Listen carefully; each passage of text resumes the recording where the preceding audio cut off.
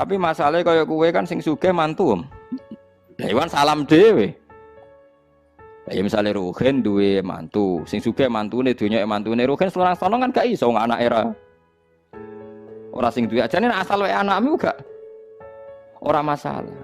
Lah saiki wong sok priyayi lan niku dawuh Imam Ghazali, wong sok suci ku wis ngrusak tatanan perkarane.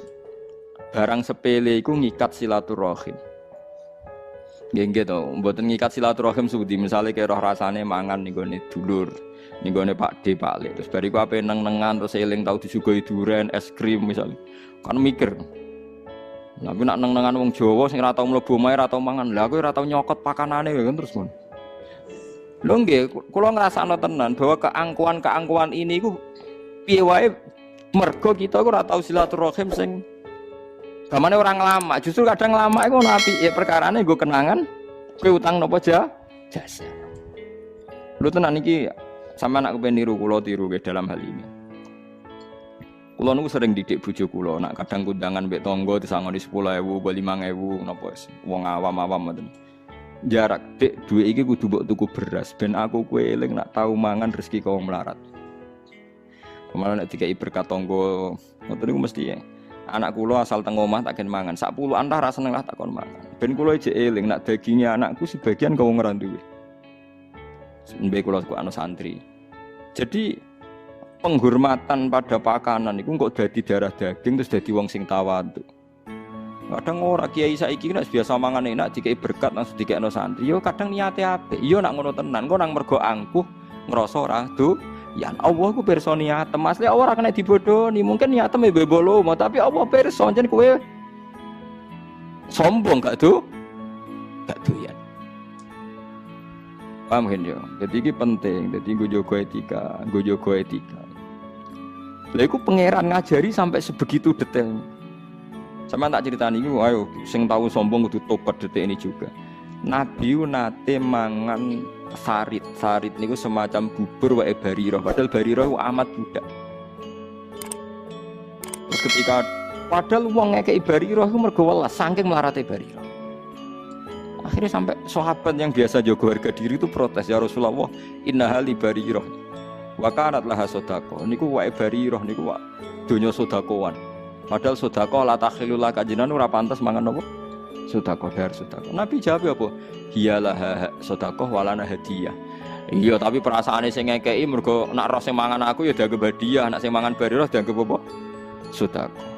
Artinya Nabi dianggap sepele saja hal begitu. Mergo ngilangi takabur. Paham ya ngilangi napa? Takabur. Jadi ngilangi takabur latih dari hal-hal napa kecil. Jadi kadang wong ora gelem pakanane wong utawa ora gelem njaluk wong bukan karena wiki, kadang mergo napa? Sombong. Tenan lho, Ken. Aku sakjane munggo krungu sithik Ruhin rodok sugih. Aku ya kadang kepengin njaluk Ruhin, tapi urung krungu. Masalah iku padane kepengin krungu, nggo ngilangi sombong.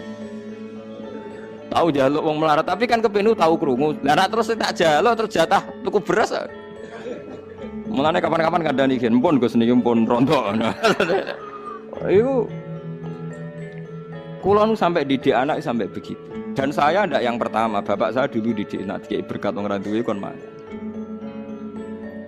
Sampai saya takil sirat sing terkenal nate pidato cerita, aku pinter ngene baru kayak berkat. Dhisik iku abahku nek ono berkat anake kon mangan. Alasane berkat iku didongani.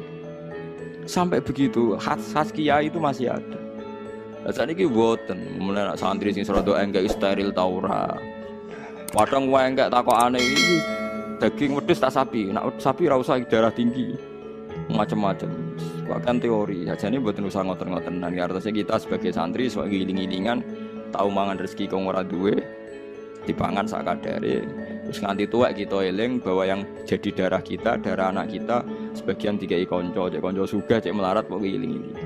Kula lah kita terang dengan anak kula iki oleh Pak iki oleh tonggo iki, gue iling-ilingan bahwa yang menjadi darah daging dia itu sumbangannya sekian orang Islam. Sehingga kita hidup tuh tawadhu. Waqfid janaha kalimanit tabaka minal mu'minin, waqfid janaha kalil mu'minin. Sebagian ayat imanit tabaka napa? Minal mu'minin. Nah, sampai Nabi itu masyhur, Nabi itu kalau ke pertemanan orang Ansor itu tidak pamit langsung ngombe. Mereka mesti mereka ridho, mulane ana hukum ulima ridhohu. oleh mangan wae kanca sing mesti di ridha. Nek pomat pamit malah kaya wong liya. Ya nek pomat pamit malah kaya napa? Wong liya. Tapi nek ning adat Jogja, daerah tertentu pancen ep tenan, iku masalah. Paling apik sanu Jawa Timur. Paling kacau. Wes Jawa Timur wis ana kancane marut langsung melok. Wis ayo kok sekor dibayari. Waduh. Ini luwih akeh timbang sing bayari mangane. Ana kancane marut langsung melok. Bariku pamit. Wis ayo kok sono sing bayari. Wis. Parah langsung. Ya tapi ku dadi akrab, wis ngene iku gayane. Lha iku ning Islam ku diatur.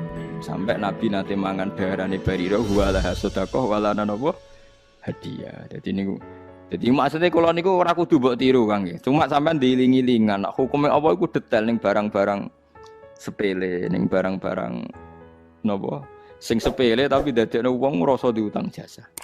Nggih ngrasa diutang napa? Jasa. Mane kadang wong nome ditakdir diutang barang ora usah nyesal ben ngilangi sombong. Jane urip iku gampang. Kowe tau dosa piye-piye diistighfari, tapi gue iling-ilingan ben mateni sifat ujub. Mulane ana hadis umpama kira dosa, kowe di dosa sing luwih gedhe timbang ora dosa, yaiku ujub. Ngene apa? Ujub. Nek masuk saiki Mustofa Khusyuk dhisik yo puber. Ya iku gue iling-ilingan, ndekne yo tau napa? Puber. Engko kumat menen ati dhuwit, ngene. Mak rondo kelas coba umat nes kepengin wayo ngono dadi, tapi yo ben kumat. Nah aku mah dongakno ben ra sombong maksud itu. Dongakno napa? Kumat. Tapi bojone yo donga supaya ora ya masalah le mandinti karek mandi-mandinan itu. Nggo ngilangi napa?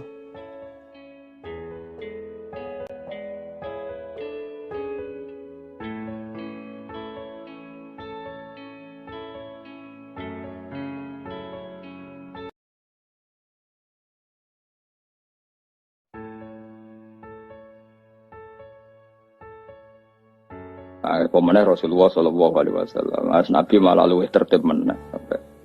Ya malaikat konten-tenan ra kanjeng Nabi gak gondang tapi. Jadi kanjeng Nabi mek kabundut itu Israil wis ning kono. Sik ngenteni aku.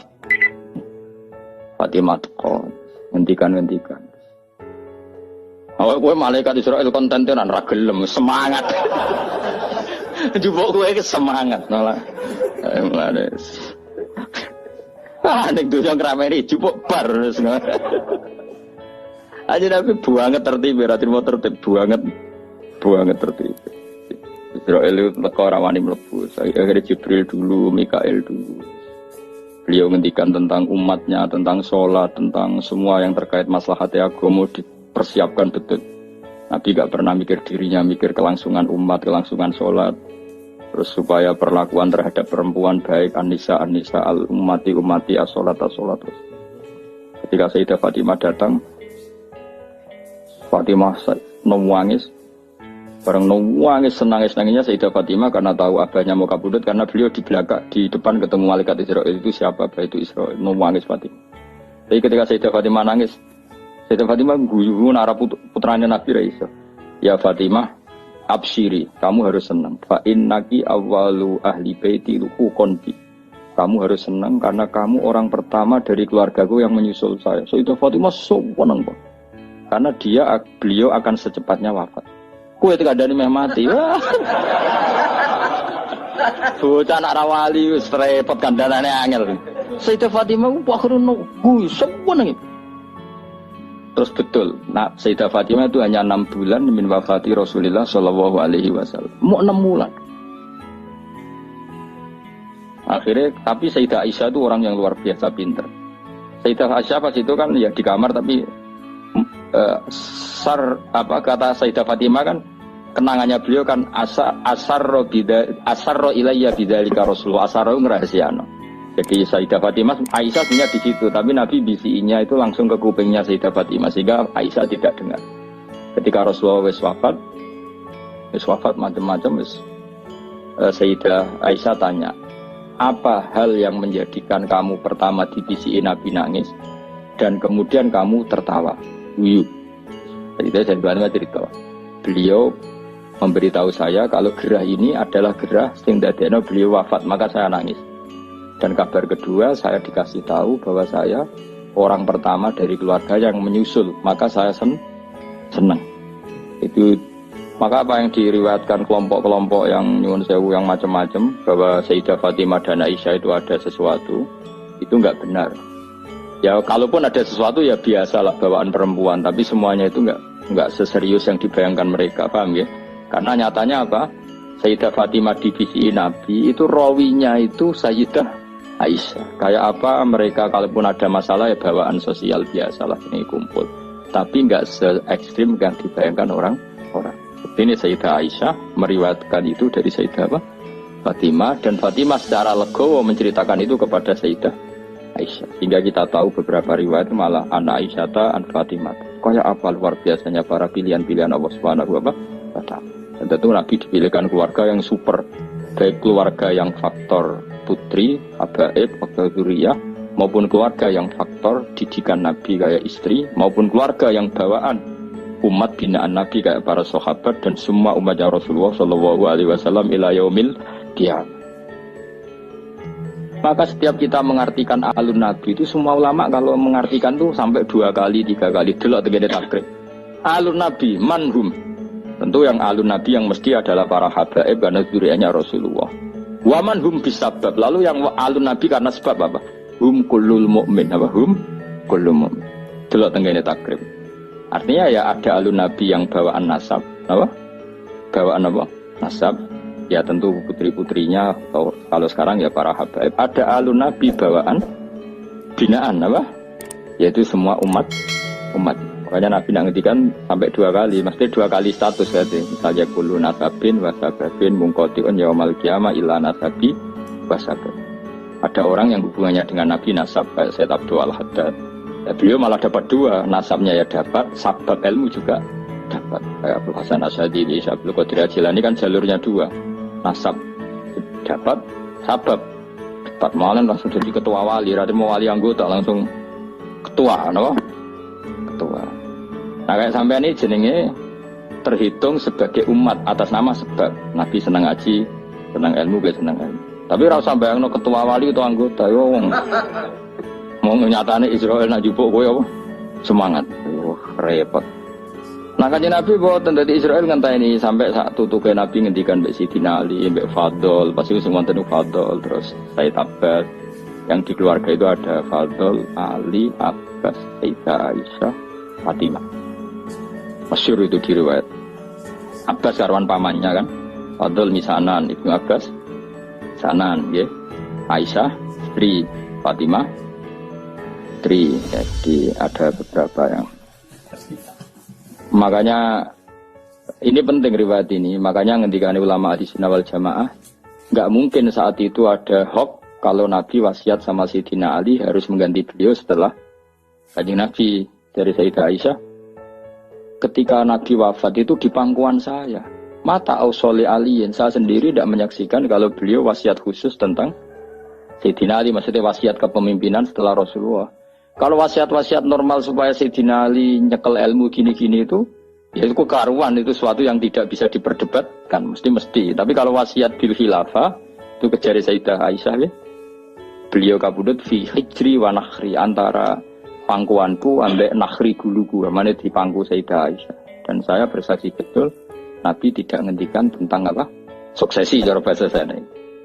Makanya riwayatnya ya tadi umati as-sholat terus. Tapi riwayat itu yang paling mujma'alih dari sekian riwayat yang mujma'alih itu adalah Nabi ngendikan Allahumma ar-rafiqal a'la, apa? Allahumma ar-rafiqal a'la. Ya Allah, saya memilih rafiqal a'la. Rafiq maknanya konco, al-a'la sing luhur. Saya memilih teman-teman kelas atas, mesti bisa saja maknanya para nabi atau para malaikat yang di atas sana. Atau ada ulama menduga ar-rafiqal a'la ya Allah itu sendiri. Mergo maknane rafiqu zat sing akeh rufqoe, akeh welase. Dadi ora kok rafiq maknane kanca tapi apa? Zat sing akeh welase. Paham ya? Jadi ini penting kalau ceritakan, jadi supaya kita tambah mantep mengikuti madzhab Ahlussunnah wal Jamaah bahwa afdhalun nas ba'da Rasulillah ya Abu Bakar, summa Umar, summa Utsman, summa Ali, summa Ahlu Badrin, summa ahlu, kan ada urutannya. Summa Ahlu Badrin, Ahlu Uhdin, Ahlu Bi'atir Ridwani. Bagaimana? Ora usah kesuwen Ahlussunnah malah rapal guys. Pokoke ngono sik. Sajane ono urutane bar 4 itu kan masih ada. Ayo hafal yo. Ba'da Rasulillah sapa Abu Bakar, Umar, Utsman, Ali, itu siapa ya? Terusannya yo. Ahlu Badrin, Uhud, Beatur, Ridwan. Ya, guri-guri kue-kue barang itu, sampean dilebok-lebokno sampean niku. Gak iso dipaksa-paksa.